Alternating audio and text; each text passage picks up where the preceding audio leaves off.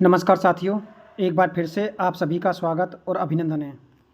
देखिए, आज एक बहुत महत्वपूर्ण विषय जिस पर हम आज चर्चा करेंगे, वो है संविधान की प्रस्तावना। यानी जो संविधान की जो प्रेम्बल है, इसके बारे में आज हम बात करेंगे और वो भी ट्रिक के साथ। देखिए, फर्स्ट ऑफ ऑल मैं आपको समझा देता हूँ। ट्रिक भी हमें जब काम आती हैं, तब हमें प्रस्तावना पूरी याद हो। देखिए, आज तक के इतिहास में आपने काफ़ी पेपर दिए होंगे या आपके बड़े भाई बहनों ने पेपर दिए होंगे।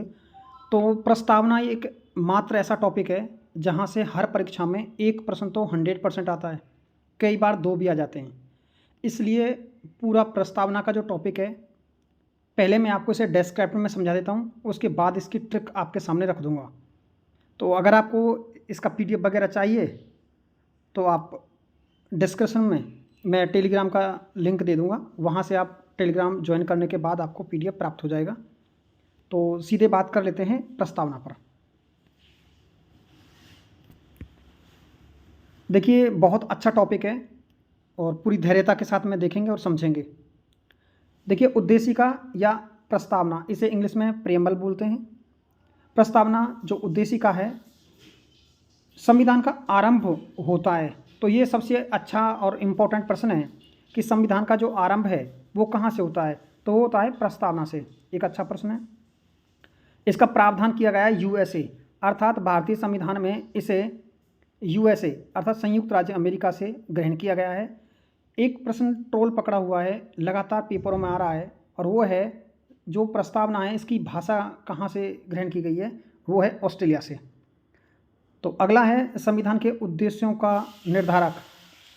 संविधान के जो उद्देश्य हैं उनका क्या है, निर्धारक है, वो क्या है, प्रस्तावना। ध्यान रखें, इसका मूल आधार है उद्देश्य।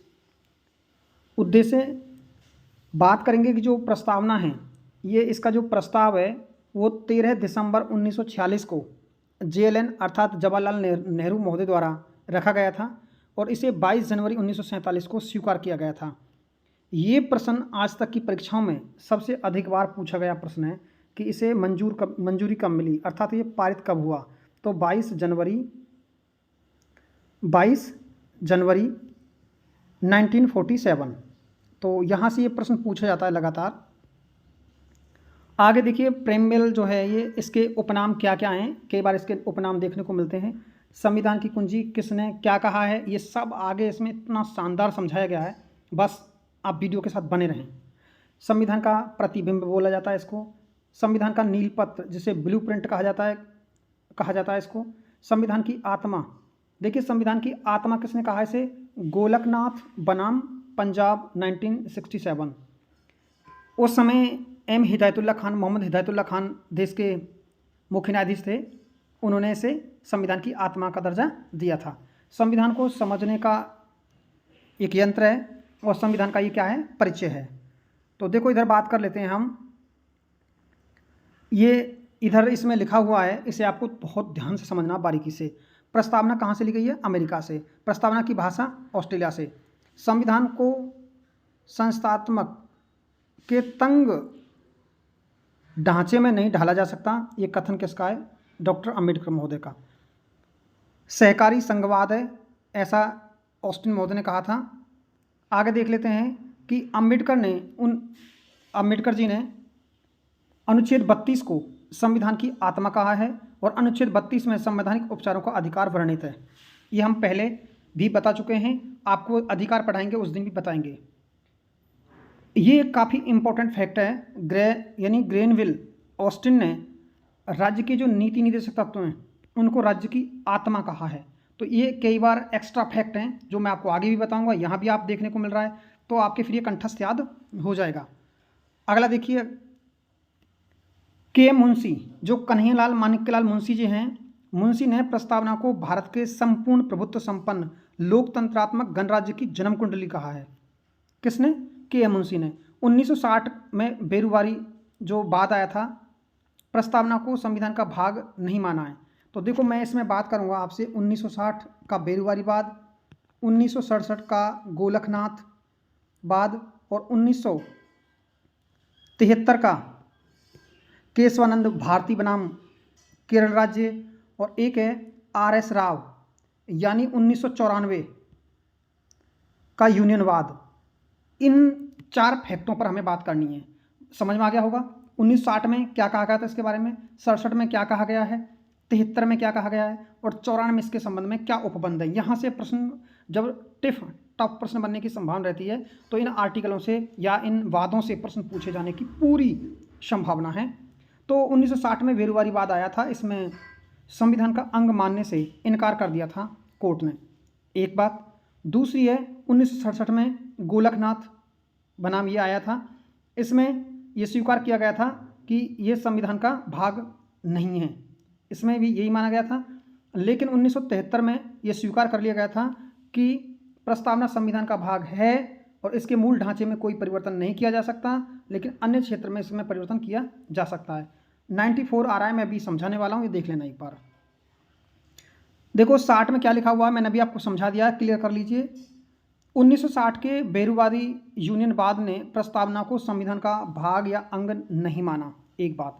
केशवानंद भारती बनाम केरल राज्य में प्रस्तावना को संविधान का अंग माना गया था, माना नहीं गया 60 में, माना कब गया इसे, माना गया इसे 73 में, 73 में आया था केशवानंद बनाम केरल राज्य, ये इधर लिखा हुआ है, इधर देख लेना आप इसको।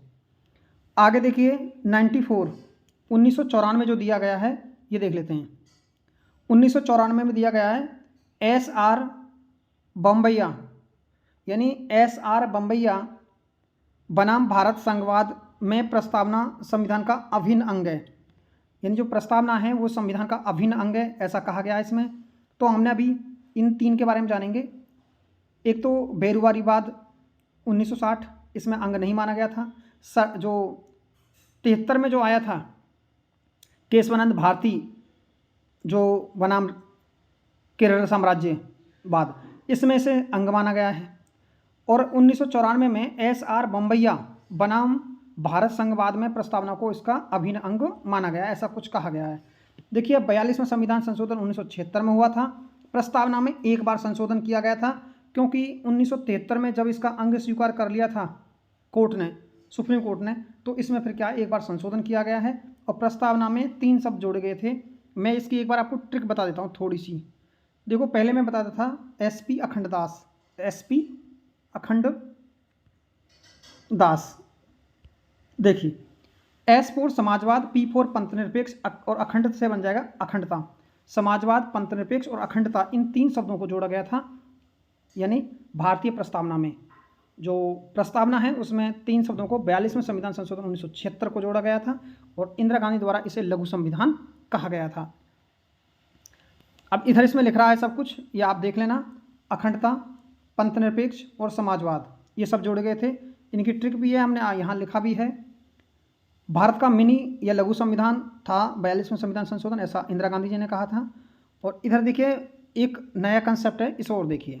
न्यायमूर्ति हिदायतुल्लाह खान ने गोलकनाथ प्रकरण में, यानी 1967 में, उद्देशिका को संविधान की मूल आत्मा कहा था। तो अभी मैंने आपको 4 वाद बताए थे, उन 4 वादों में पहला वाद था 1960 का। 1960 में इसे संविधान का अंग नहीं माना गया था, एक। 1973 में जो केशवानंद भारती बनाम केरल राज्य वाद आया था उसमें इसका अंग माना गया था। 1994 में जो वाद आया था उसमें इसे एक अभिन्न अंग स्वीकार किया गया था, मैं पहले इसके बारे में बता चुका हूँ। लेकिन न्यायमूर्ति हिदायतुल्लाह खान ने गोलकनाथ प्रकरण में उद्देशिका को संविधान की मूल आत्मा कहा है, तो ये भी कई बार प्रश्न पूछा जा चुका है। तो 67 में से मूल आत्मा कहा है कि इसमें चेंजिंग था नहीं हो सकती मूल आत्मा है। तो अब देखिए आगे इसमें लिखा हुआ है, ये देखिए, संविधान शरीर है तो उद्देशिका उसकी आत्मा है, ऐसा मानने वाले हैं सुभाष कश्यप जी। यानी संविधान शरीर है तो उद्देशिका उसकी आत्मा है, ऐसा सुभाष कश्यप जी ने माना था। अब आप देखेंगे कि इसमें कुछ शब्दों का प्रयोग किया गया, ये भी कई बार पेपरों में आए हैं, चाहे आप छोटी परीक्षाओं की बात कर लीजिए, बड़ी की बात कर लीजिए। जो प्रश्न एक बार बड़ी परीक्षा में आ गया फिर उसका मायना जो है वो कम रह जाता है।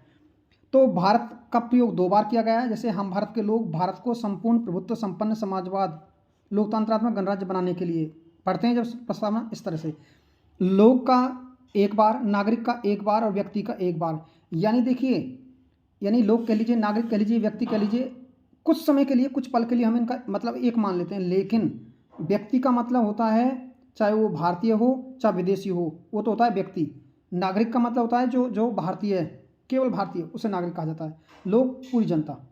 तो इस तरह से क्या है, चाहे नागरिक कहे, लोग कहे, व्यक्ति कहे, इनका सबका मतलब एक है, इनका एक बार प्रयोग किया गया है।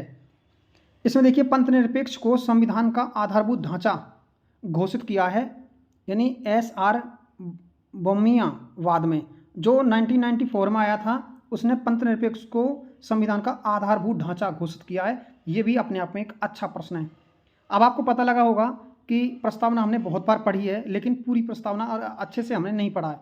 तो ये सारे पॉइंट आपके क्लियर हो गए होंगे मेरे हिसाब से। तो अब मैं आपको दूसरा पेज पे ले चलता हूँ। ये देखिए, तो अब इसमें कुछ अन्य बातें हैं, उन बातों को थोड़ा सा आपको समझना है। देखिए, समता या सामान्यता, तो कितने प्रकार की सामान्यताओं का उल्लेख है भारतीय प्रस्तावना में? तो दो प्रकार की, एक तो प्रतिष्ठा की और एक अवसर की समानता। क्लियर है? न्याय कितने प्रकार के दिए गए हैं? न्याय के 3 रूप बताए गए हैं, और ये जो न्याय 3 प्रकार के हैं और ये रूस से लिए गए हैं। तो सामाजिक, आर्थिक और राजनीतिक। इसे हमने एक ट्रिक भी बनाई है, आसरा, आ फॉर आर्थिक, से फॉर सामाजिक, रा फॉर राजनीतिक। तो न्याय कितने बताए गए हैं? 3। तो धार्मिक न्याय नहीं है, ध्यान रखना, कई बार इसमें धार्मिक न्याय साथ जैसे ऑप्शन आता है, यानी भारतीय संविधान में न्याय का उल्लेख नहीं किया गया है। सामाजिक, आर्थिक, राजनीतिक और धार्मिक। तो धार्मिक न्याय नहीं है, सामाजिक, आर्थिक और राजनीतिक हैं। स्वतंत्रता के प्रकार, कि स्वतंत्रता के प्रकार कितने हैं? तो स्वतंत्रता के 5 प्रकार दिए गए हैं प्रस्तावना में। कितने? 5। देखो, विचारों की, अभिव्यक्ति, धर्म की, विश्वास की और उपासना की। तो 1, 2, 3, 4, 5। ये प्रश्न अभी फर्स्ट ग्रेड में पूछा गया था पिछली बार कि कौन सी स्वतंत्रता का उल्लेख प्रस्तावना में नहीं है? तो विचारों की, अभिव्यक्ति की, धर्म की, विश्वास की और उपासना की। तो धर्म की स्वतंत्रता है कि व्यक्ति किसी भी धर्म को मान सकता है। तो इसमें ट्रिक भी लिखी हुई है, अगर ट्रिक आपको समझ में आ जाती है, इसका स्क्रीनशॉट लेकर के और इसे आप एडॉप्ट कर लेना। अब देखिए, इसमें और लिखा हुआ है, संकल्प व्यक्ति की गरिमा एवं राष्ट्र की एकता और अखंडता को बनाए रखना है। संकल्प क्या है इसका? व्यक्ति की गरिमा एवं राष्ट्र की एकता और अखंडता को बनाए रखना है। दिनांक 26 नवंबर 1949 के दिन, तिथि मिति मार्गशीर्ष शुक्ल सप्तमी संवत 2006 विक्रमी, इसे क्या है, एडॉप्ट किया गया था। ठीक है, आगे देखिए, प्रस्तावना का प्रारूप। तो प्रस्तावना का जो प्रारूप है वो किस तरह से है? तो स्टार्ट होता है, हम भारत के लोग भारत को एक संपूर्ण प्रभुत्व संपन्न समाजवादी पंथनिरपेक्ष लोकतंत्रात्मक गणराज्य बनाने के लिए। तो अभी क्या है, लास्ट में एक 3 शब्द आते हैं, अंगीकृत, अधिनियमित और आत्म अर्पित। ध्यान रखें, हिंदी वर्णमाला में जो हिंदी का क्रम है वही इनका क्रम है। कई बार इनका क्रम पूछा था, अंगीकृत, अधिनियमित और आत्मर्पित। देखिए, इस पर अंग की बिंदी लगी हुई, ये पहले आएगा, तो ये पहले सीक्वेंस में लिख के देते हैं, वो 3-3 के जोड़े बना बना करके, बस वहीं गोल घेरा में घुमा देते हैं। तो अंगीकृत में ए लगा हुआ तो ये पहले आएगा, फिर ए है तो इसमें ए पहले आएगा, क्योंकि आ बाद में आता है अल्फ़ाबेट के हिसाब से। इस तरह से सही क्रम है, इनको ऐसे पहचान लेना। ये भी आपको एक बहुत मजबूत ट्रिक है, ध्यान रखना इस बात को। आगे देखना, हम भारत के लोग भारत में सर्वोच्च शक्ति किस में निहित है? जनता में। ये भी कई बार, यानी संविधान की शक्ति सबसे अधिक किस में समाहित है? जनता में। या भारत में सर्वोच्च शक्ति किस में निहित है? जनता में। भारत में संविधान का स्रोत क्या है? जनता। भारत में संविधान का सर्वोच्च संप्रभु है। भारत में संविधान जो है वो सर्वोच्च संप्रभु है। ध्यान रखें, संपूर्ण प्रभुत्व संपन्न, इसका मतलब क्या है? संपूर्ण प्रभुत्व संपन्न राज्य, इसका मतलब क्या है कि भारत अपने आंतरिक तथा बाहरी दोनों मामलों में क्या है? स्वतंत्र है। एक है समाजवाद, यानी समाजवाद, आय की असमानता कम करना। समाजवाद का मतलब क्या है? आय की असमानता कम करना, ये क्लियर है। पंथ निरपेक्ष का मतलब है भारत धार्मिक मामलों में निरपेक्ष है, अर्थात संविधान की नज़र में कोई धर्म विशेष नहीं है, इसलिए धर्मनिरपेक्ष कहा गया है। कोई धर्म विशेष नहीं है, सभी धर्म क्या हैं? समान हैं। किसी धर्म को हम बढ़ा चढ़ा कर नहीं उकेर सकते, किसी को हम कम नहीं आंक सकते। लोकतंत्रात्मक राज्य, यानी शासन व्यवस्था में जनता की भागीदारी। जैसे एक आगे मैं बताने वाला हूँ, अब्राहम लिंकन है, अमेरिका के 16वें राष्ट्रपति, उनकी एक परिभाषा है जनता के लिए जनता द्वारा शासन, लोकतंत्र कहलाता है। ठीक है, तो गणराज्य या गणतंत्र, गणराज्य का मतलब होता है कि जिसके देश का राष्ट्रपति निर्वाचित होता हो वो गणराज्य देश कहलाता है। ये प्रश्न कई बार आया पेपर में। गणतंत्र का मतलब क्या है, गणराज्य का मतलब क्या है, तो इसका मतलब जिसका राष्ट्रपति निर्वाचित होता हो। अब है महत्वपूर्ण अन्य तथ्य, जरा देख रहे हैं इनके बारे में। इसमें दे रखा है, देखिए इसमें दे रखा है प्रस्तावना के बारे में प्रमुख व्यक्तियों के विचार, कि सब लोगों ने अपने अपने क्या विचार दिए हैं, ध्यान रखना। अल्लादी कृष्ण स्वामी अय्यर ने अपने क्या विचार दिए हैं ये आपको देखना है। संविधान की प्रस्तावना हमारे दीर्घकालिक सपनों का विचार है। देखो ये अभी एएसओ की परीक्षा हुई थी, उसमें पूछा गया था, अल्लादी कृष्ण स्वामी अय्यर इसका उत्तर था कि संविधान की प्रस्तावना हमारे दीर्घकालिक सपनों का विचार है। तो अल्लाह के सपने, ऐसे हम ट्रिक बना लेंगे। के एम मुंशी, कन्हैयालाल मानिकलाल मुंशी जी हैं, प्रस्तावना संविधान की राजनीतिक कुंडली है। तो हम ट्रिक से कैसे याद रखेंगे, के एम मुंशी की कुंडली। अब है ठाकुर भार्गवदास, सबसे ज़्यादा बार पूछा गया प्रश्न है ठाकुर भार्गवदास, प्रस्तावना संविधान की आत्मा है या संविधान की कुंजी है, ऐसा ठाकुर भार्गवदास ने कहा था। अर्नेस्ट बार्कर ने कहा था, अर्नेस्ट में टे आ रहा है, ध्यान रखना। तो इसमें नोटबुक कहा है, इसने कुंजी नोट कहा है, संविधान का कुंजी नोट, ऐसे याद रख लेना। इसके बाद में ये देखिए NA पालकीवाला, संविधान का परिचय पत्र। तो पालकी का परिचय पत्र, पालकी का परिचय पत्र, इस तरह याद रखेंगे, पालकी का परिचय पत्र। जवाहरलाल नेहरू ने संविधान की आत्मा कहा है, ठाकुर भार्गवदास ने आत्मा कहा है, ध्यान रखना। डॉक्टर भीमराव अंबेडकर अनुच्छेद 32 को संविधान का आत्मा हृदय कुंजी बताया है। अंबेडकर की आत्मा 32 हृदय की कुंजी है। तो इस तरह से याद रख लेना अगर नहीं होता है तो, बाकी ये तो बहुत बार आया हुआ प्रश्न है, बहुत सरल और आसान समझा जाता है। सर्वोच्च न्यायालय ने 1960 में संविधान की प्रस्तावना को संविधान निर्माताओं की कुंजी कहा था। क्या समझ में आया? सर्वोच्च न्यायालय ने 1960 में इसका अंग नहीं माना था, तो जब उस समय तर्क दिया था कि संविधान निर्माताओं की कुंजी है। तो ये प्रश्न कई बार पेपर में आया हुआ है, संविधान निर्माताओं की कुंजी कहा जाता है, ऐसा कौन मानता है? सर्वोच्च न्यायालय। क्लियर है?